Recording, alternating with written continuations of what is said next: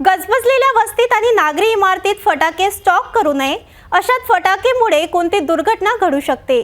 आढळून आल्यास धडक कारवाईला सामोरे जावे लागेल असे उच्च न्यायालयाचे स्पष्ट आदेश असताना शनिवारी मनपा विभागाच्या वतीने शहरातील फटाके दुकानाची तपासणी करण्यात आली. मनपा उपायुक्त जुम्मा प्यारेवाले यांच्या नेतृत्वात शहरातील नागपुरी गेट, गाडगेनगर, मसानगंज आदी परिसरातील फटाके दुकानांची पाहणी करण्यात आली. यासोबतच सायन्स कोर मैदानात लावण्यात आलेल्या फटाके विक्री दुकानाची सुद्धा पाहणी करण्यात आली. या ठिकाणी फटाके दुकानदारांनी प्रत्येक दुकानात 3 मीटर अंतर असावे असे निर्धारित असताना सुद्धा नियमाचा भंग करण्यात आल्याचे लक्षात येताच कारवाई करण्यात येणार असल्याचे सुद्धा जुम्मा प्यारेवाले यांनी स्पष्ट केले. ज्या परिसरात नागरी वस्ती आहे, ज्या इमारतीत नागरिक राहतात, अशा परिसरात फटाक्याची साठवण करून ठेवू नये. अशात कोणतीही मोठी दुर्घटना घडू शकते असे स्पष्ट निर्देश उच्च न्यायालयाचे असताना अमरावती शहरात उच्च न्यायालयाच्या निर्देशनाचे पालन झाले आहेत का याची पाहणी आणि तपासणी मोहीम राबविण्यासाठी मनपा विभागाचे उपायुक्त जुम्मा प्यारेवाले हे आपल्या अनेक अधिकाऱ्यांना सोबत घेऊन शुक्रवारी थेट मैदानात उतरून अनेक परिसराची पाहणी केली. अमरावती शहरात फटाके विक्री करणारे 200 फटाके विक्री परवाना धारक असून परवाना धारकांनी उच्च न्यायालयाच्या निर्देशनाचे पालन केले की नाही याची संयुक्त पाहणी करण्यात आली. यात नागपुरी गेट, मसानगंज, राधानगर, गाडगेनगर आदी परिसरातील फटाके दुकानांची पाहणी करण्यात आली. यामध्ये अनेक दुकानदारांनी नागरी वस्तीत आणि नागरी इमारतीत मोठ्या प्रमाणात फटाके साठवून ठेवल्याचे निदर्शनात आले असून त्यांच्या विरुद्ध पंचनामा करून वरिष्ठ स्तरावर पाठविण्यात आले अशी माहिती उपायुक्त प्यारेवाले यांनी आमच्या सिटी न्यूजकडे स्पष्ट केली.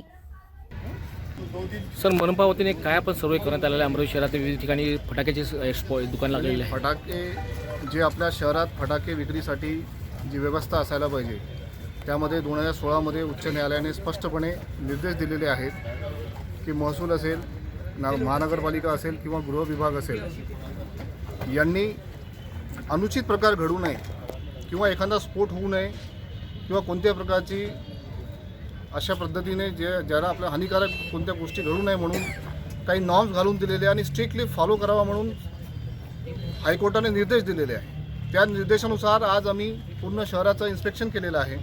त्यामध्ये ज्या ठिकाणी आज आपण सायन्स कोरला आलो आहेत त्या ठिकाणी एका ठिकाणी 50 दुकानांच्या वर असू नये आणि या 2 दुकानांमधला जो अंतर आहे तो 3 मीटर असावं अशी तरतूद त्या हायकोर्टामध्ये किंवा त्या रूलमध्ये आहे. तर त्या सूचना मी यांना दिलेल्या आहेत. त्यांनी 3 मीटरचा डिस्टन्स ठेवलेला नाही. त्याबाबत आम्ही उचित ऑथॉरिटीला याबाबत इन्फॉर्म करणार आहे. यासोबतच आम्हाला शहरामध्ये एकूण 200 जे परमनंट ज्या लायसन्स ज्याला आपण म्हणता येईल फटाके विक्रीचे किंवा फटाके स्टोअर करायचे ते 200 लायसन्स आहेत.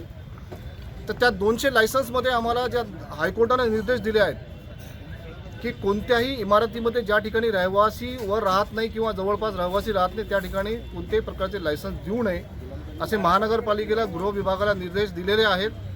परंतु आमच्या निदर्शनामध्ये आम्ही 7-8 ठिकाणी इन्स्पेक्शन केलेलं आहे. त्यामध्ये आम्हाला अतिशय गजबजल्या वस्तीत किंवा ज्या ठिकाणी 3 स्टोअरच्या बिल्डिंग आहे त्या ठिकाणी 3 फ्लोअरमध्ये लोक राहतात त्या ठिकाणी सुद्धा परवानगी दिल्याची आम्हाला दिसून आलेली आहे. त्याची आम्ही उचित जे आहे आम्ही रिपोर्टिंग शासनाला आणि उचित अथॉरिटीला करणार आहे.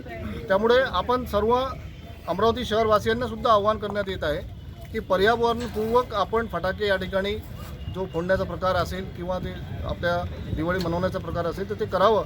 परंतु हे स्टॉक करण्याचा जो प्रकार आहे आपल्या शहरामध्ये ते आम्ही आता 2 दिवस आमची मोहीम राहणार आहे. ज्यांनी त्या घरी स्टॉक केलं असेल किंवा ते निर्देशांचे उल्लंघन केलं असेल त्यांच्यावर कारवाई आम्ही करणार आहे. तर त्यासाठी आम्ही पूर्ण मोहीम सर्व संयुक्तरित्या या ठिकाणी करणार आहोत. अमरावती शहरामध्ये कोणकोणत्या ठिकाणी आपण या ठिकाणी सर्वे केलेला आहे? आम्ही नागपुरी गेट परिसरामध्ये मसानगंज, राधानगर आणि त्या ठिकाणी असणाऱ्या गाडगेनगर या स्पॉटला आम्ही व्हिजिट केलेल्या उर्वरित स्पॉटला आम्ही व्हिजिट करतो आहे.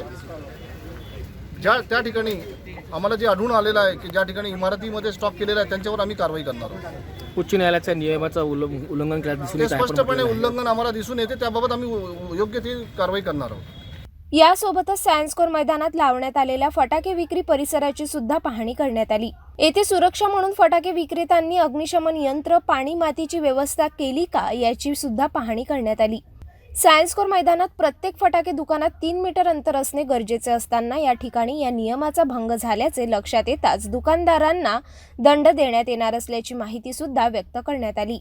यावेळी राबविण्यात आलेल्या संयुक्त तपासणी मोहिमेत मनपा पशुवैद्यकीय अधिकारी डॉक्टर सचिन बोंद्रे, बाजार परवाना अधिकारी उदय चव्हाणसह अनेक अधिकारी कर्मचाऱ्यांनी सहभाग घेतला.